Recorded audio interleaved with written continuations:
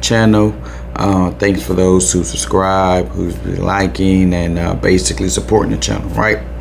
Um, what I want to talk about today is being diverse in all different types of hair textures, right? When cutting.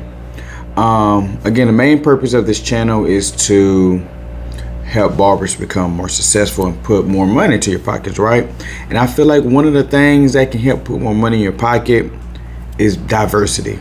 Being diverse, cutting different types of hair texture, different ethnicities of people, different types of people, broadening your clientele base, right? I know some people may call themselves quote unquote master barber, right? I know it's something that we call amongst each other for the ones who've been in, X amount of years. But in reality, I know at least I in Texas, that ain't on your license. In Texas, you're a Class A barber. Other states may do something different. I can't speak on that. And if you can become a master barber, like be licensed and have that on your license, please let me know in the comment sections what state does that. But as for me, and in my state in Texas, you recognize across the state as a Class A barber. Again, master barber is a term that we throw around, I feel, loosely. But we're not about that, right? We ain't talking about that. But I will say, I don't think you can call yourself a master barber if you limit yourself into a certain category or a box. I don't think you can say you're a master barber of the whole field if you just stick to one type of hair texture. If you just stick to doing just fades and no shear cut techniques, things like that. You may be specialized in fading. You may be specialized in shear cutting and things of that nature. But across the whole board, I don't think you can call yourself a master barber unless you master everything, right? But that's neither here or there, right? Again, back to the topic is that diversifying yourself can put more money into your pockets. It broadens a wide base of clientele. It brings different types of people in your chair. You're not limiting yourself. That's the key word. I feel like some of us barbers limit ourselves on just being limited to a certain hair texture. And if that's what you want to do, that's okay. No problem against that. You want to do what you want to do, which is cool. But if you want to add a little bit more money into your pocket, being diverse is a way to do it. If you want to call yourself a master barber, being diverse is a way to do it.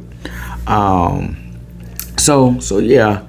Learn different styles, learn different techniques.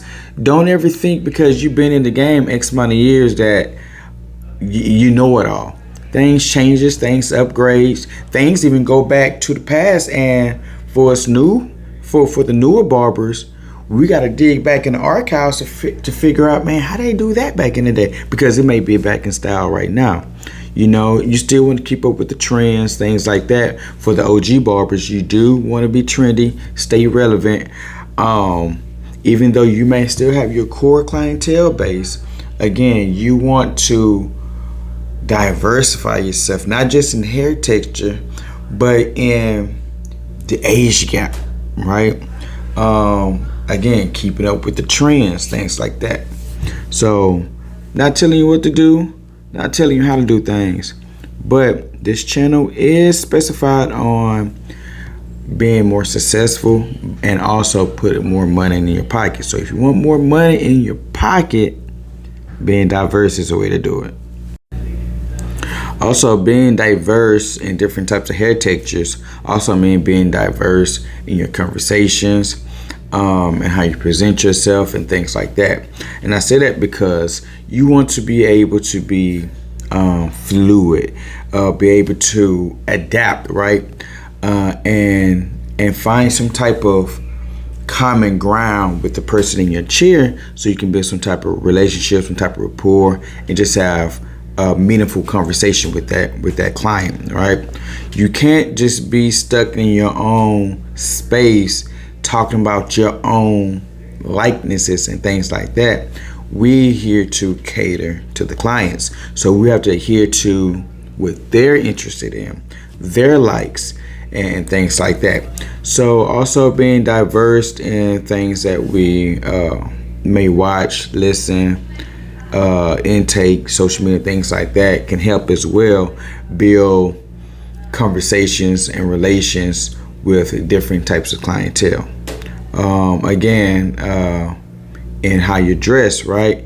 You can't, again, be, well, no, I'm not going to use dress because you want to be yourself in that manner.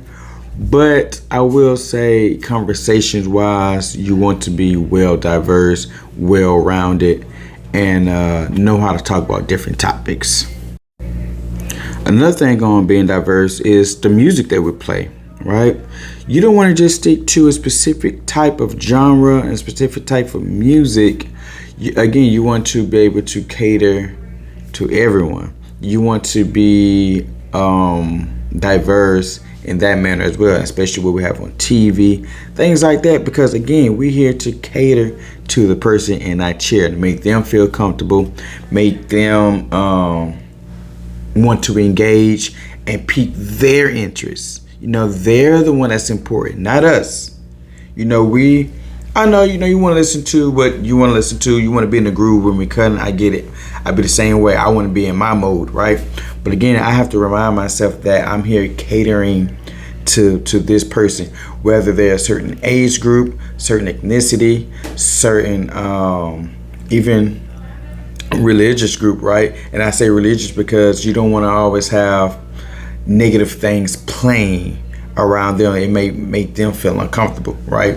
So you want to always want to play something that's positive if you can, less cuss words obviously, and less derogatory terms as well within our music.